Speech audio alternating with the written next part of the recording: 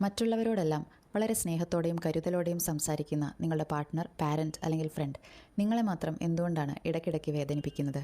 കഴിയും വിധം എല്ലാ സപ്പോർട്ടും നിങ്ങളവർക്ക് ചെയ്തു കൊടുത്തിട്ടും നിങ്ങൾക്ക് തിരിച്ചു കിട്ടുന്നത് നിരാശ മാത്രം.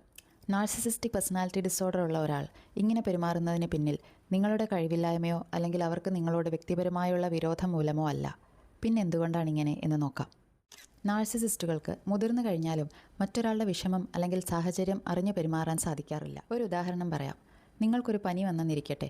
അവരൊന്നുകിൽ നിങ്ങളെ ജോലി ചെയ്യാൻ നിർബന്ധിക്കും, അല്ലെങ്കിൽ നിന്റെ സ്ഥാനത്ത് ഞാനായിരുന്നെങ്കിൽ മരുന്നെല്ലാം കഴിച്ച് ജോലിയെല്ലാം ചെയ്യും. എല്ലാവരും അങ്ങനെയാണ്.